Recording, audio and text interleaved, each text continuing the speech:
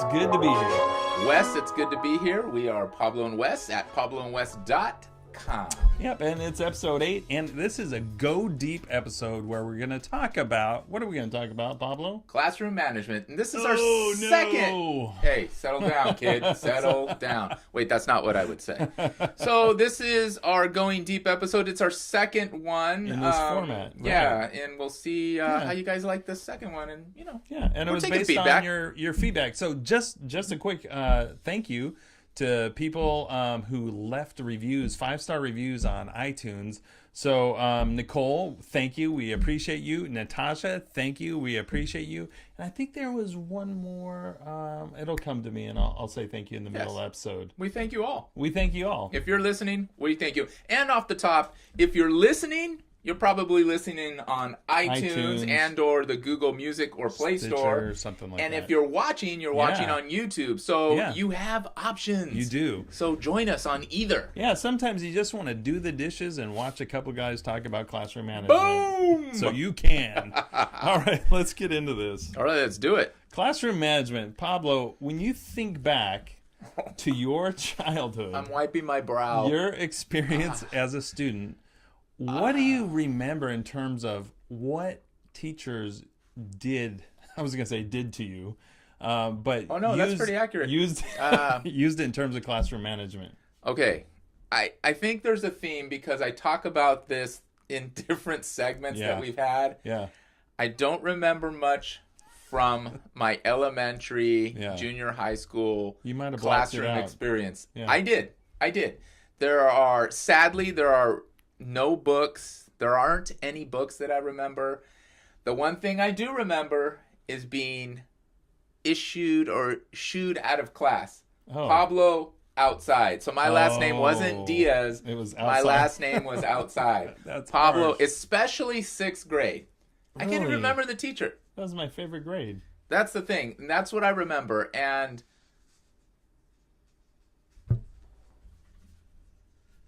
so we got a little technical difficulties here. I think I figured it out. That's what's happening. Okay. All right. I don't think anything's going to blow up. We're good.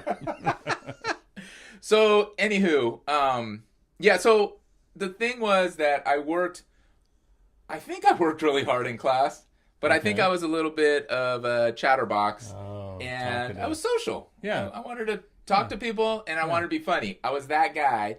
But you're still like that. I try to be, but I have boundaries. Yeah. We'll talk about boundaries a little bit later, but I do have boundaries, and I don't think as a kid sometimes I'm the guy that you're dealing with, the kid that you're dealing with, and I don't remember any specific classroom management strategies that a teacher had Just to get outside. really help me. It was always get outside, come back in, you know what you did wrong, all right, get back in your seat. Right. Not much help. Right. I mean, really it wasn't. Did you ever have a moment where maybe you were always the same student in every class, but a better relationship with the teacher, where they just had something different going on than the solely punitive approach? Yeah, no, I think it had to do. No, it just came down. It just came down to really was I interested in what was happening in the class, and for many kids that's exactly that's the question. What is going on? So, how about yourself, Wes?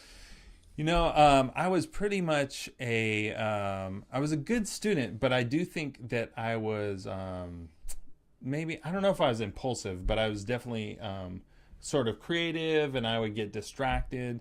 I think it was more in terms of kind of like long-term projects where I didn't have the discipline to get like a report done or something like that. But I had, like, I was always like quick in class. I could answer questions. I could get A's on tests. But I think in terms of management, like what I needed as a student was more like how to govern myself over a 2-week period on some sort of long project. I just remember coming up short. Sure. And crying like the day it was due, like, right. Or one time I made up a book report on a book that didn't exist. I just pretended, here's the title, there wasn't Google, the teacher couldn't look it up. Yeah. So I just made it up, and I might have gotten Is there caught something wrong on with that. Something No, did you do that as well? I don't know. Maybe. Okay, maybe. Something like that. But in terms of like classroom management, the things that I remember visibly seeing in front of me was something about a jar in the front of the room on the teacher's desk and marbles, and it was like the teacher added a marble if we were good, took a marble out if we were bad. It seemed like if we filled the jar up, there was an eventual reward. But it was a long process. It wasn't like, you're going to get something today but I had a vague, I think that's 5th grade Miss Chappell. So, good for you. Vague memories. You have teacher names. Yeah. You've got teacher names. That's right. We'll invent you some teacher names. I mean, Coach Harris. That's my number one teacher name right there. That's my coach. Good. All right. Well, what about as a teacher? What was your memory of classroom management, either strengths or weaknesses, or? So I want to frame it out because we're talking new teacher talk, and I think anybody can benefit from this, but really early on, first year, 5th year, and moving on, because all classes are different. Yeah, there's an ebb and flow to every class that you get, whether you're in primary, secondary, and forward. Yeah. But I think you should acknowledge that you're not going to have it all set. It's a work in progress. Yeah, classroom management isn't just one thing. There's a lot of tips and tricks. We're going to talk about a few hacks that we can that you can utilize in the classroom. But outside of that, it's a mindset. Yeah. And then it's built on relationships. And relationships are super huge. And that's going to get you the furthest. That knowing that it's a work in progress and there's always something to improve upon, that you don't just got classroom management. Right. You don't get it. You got to keep working on it, and that you treat humans as humans. And I resonate with that fact that a new class it's almost a new organism. It's a new set of relationships, and those students, you may have skills from year 4 teaching, and year 5 could be almost like a whole different set of challenges. So I resonate with that. Do you have an example? No. So I want to talk a little bit more and give specifics on what did I do and when did I recognize. I recognized early on, like almost halfway into my I did the book classroom management stuff. Like, I put names on the board, especially for middle school, but I get in the lower grades, you have the clothespin or the clips or whatever it is you might be utilizing to acknowledge students that, hey, you're not following the rules, right? But for me, it was more utilizing technology.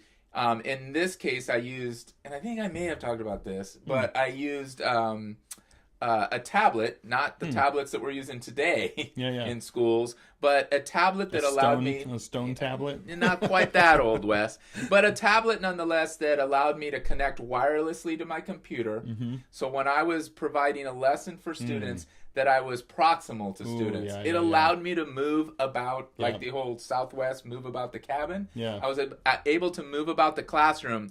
And that really opened my eyes. I was able to get to all the troubled kids, meaning the kids that were always getting in trouble, that I could either stand by them. I had proximity. To them, but I was also able to help students who needed actual help without, having them coming up. So my eyes were always shifting. I was always moving about the classroom. So that made a huge, huge difference and a huge impact on the way I taught. Yeah. And through the course of my teaching, I continued to apply that method. Yeah. Whether it be I had an iPad or what have you. Yeah. Whether I was able to just be mobile with my laptop, where I think we just had desktops back then. That's a great tip. It helped a lot.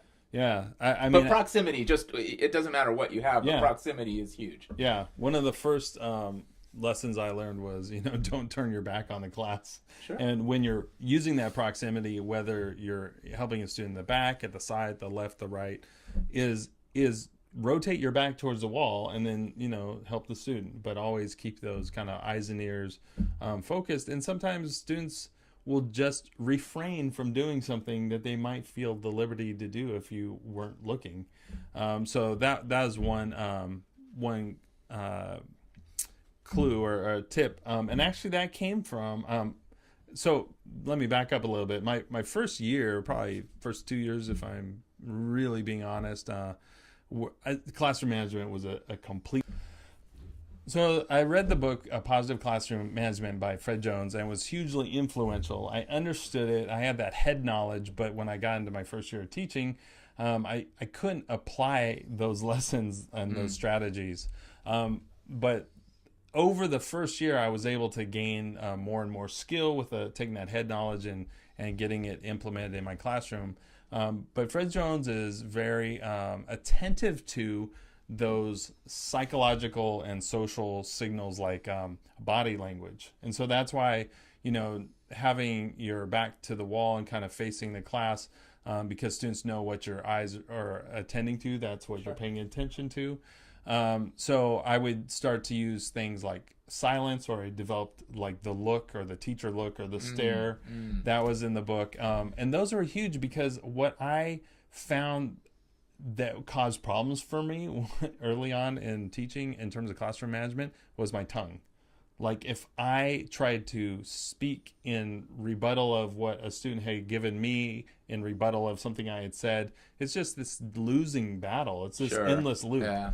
So just controlling my own tongue and being silent and just kind of waiting and using time, like those really eliminated a lot of the wrongs that I would do to students.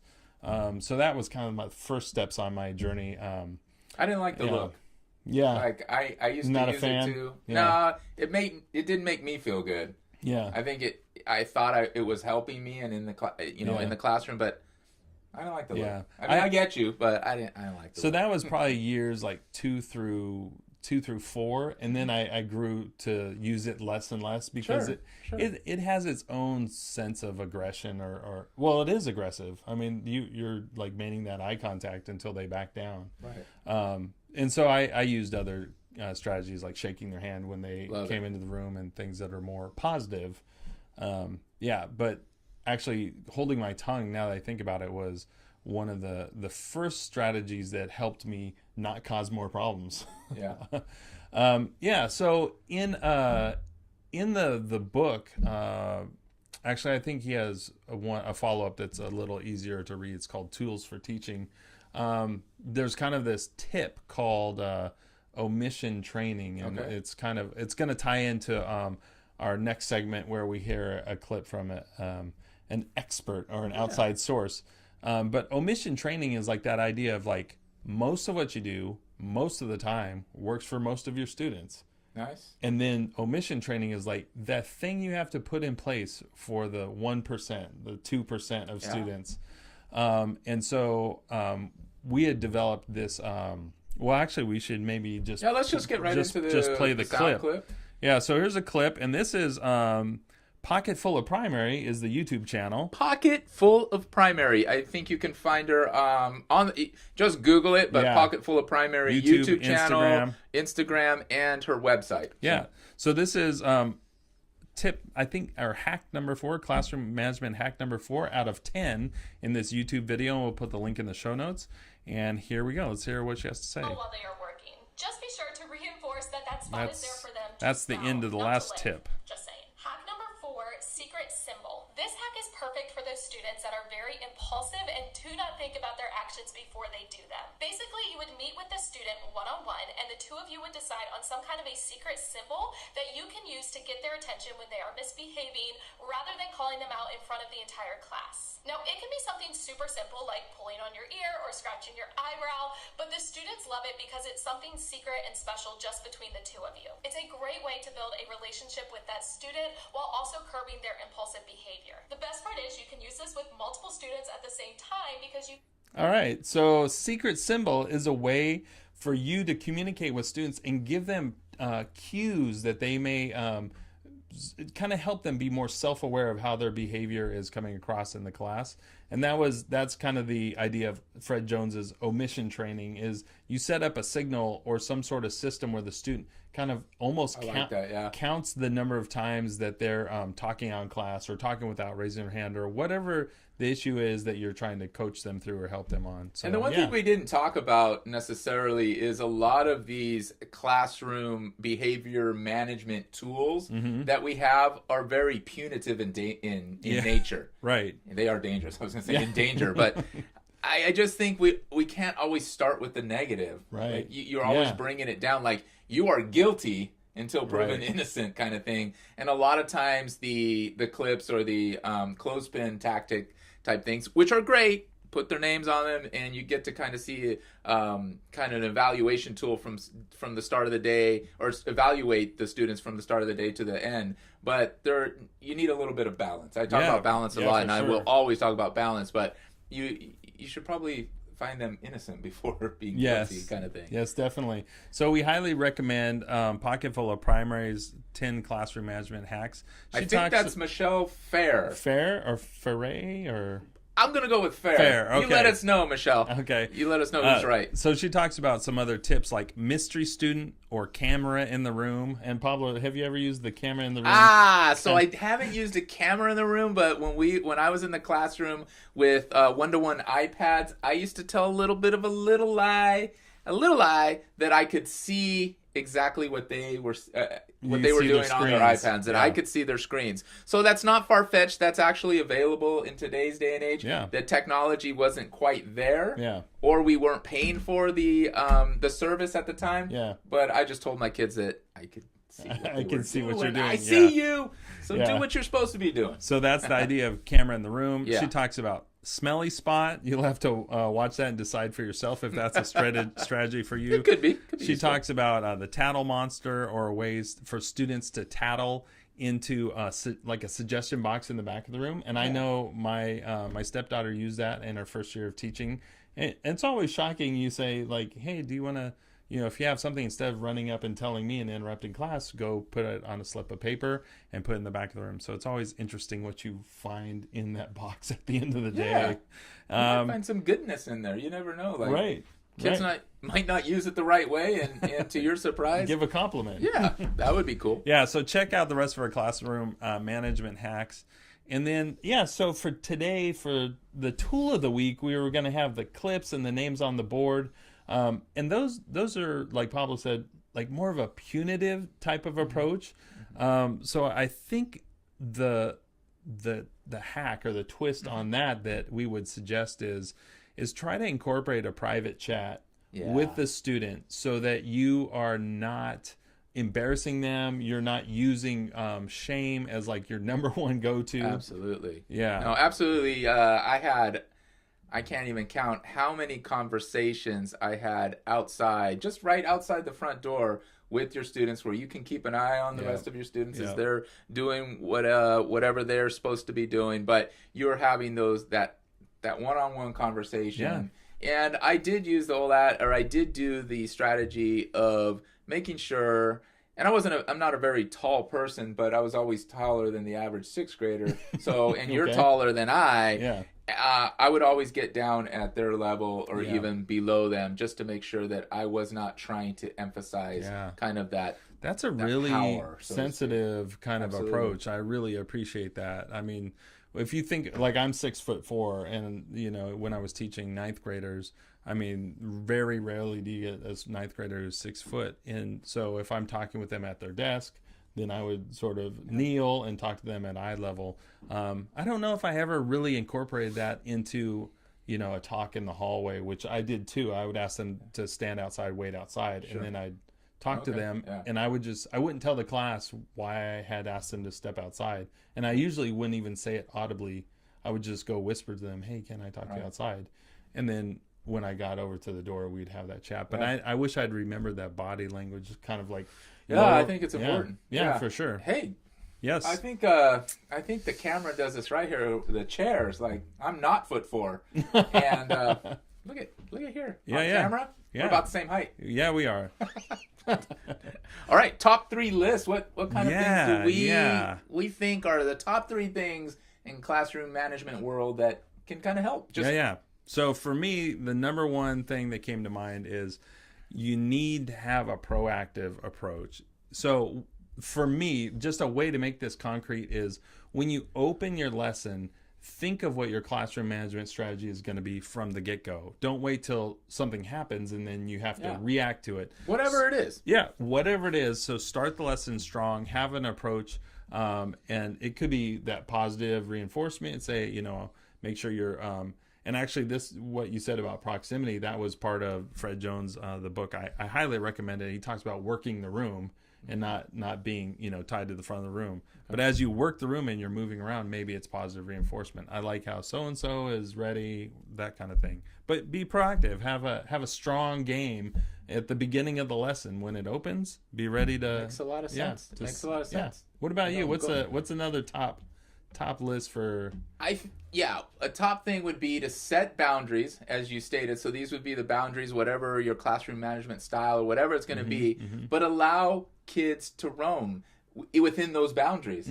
It's okay to allow mistakes. Like, set that environment you can't be so proactive that you don't give kids an opportunity to make these mistakes. Right.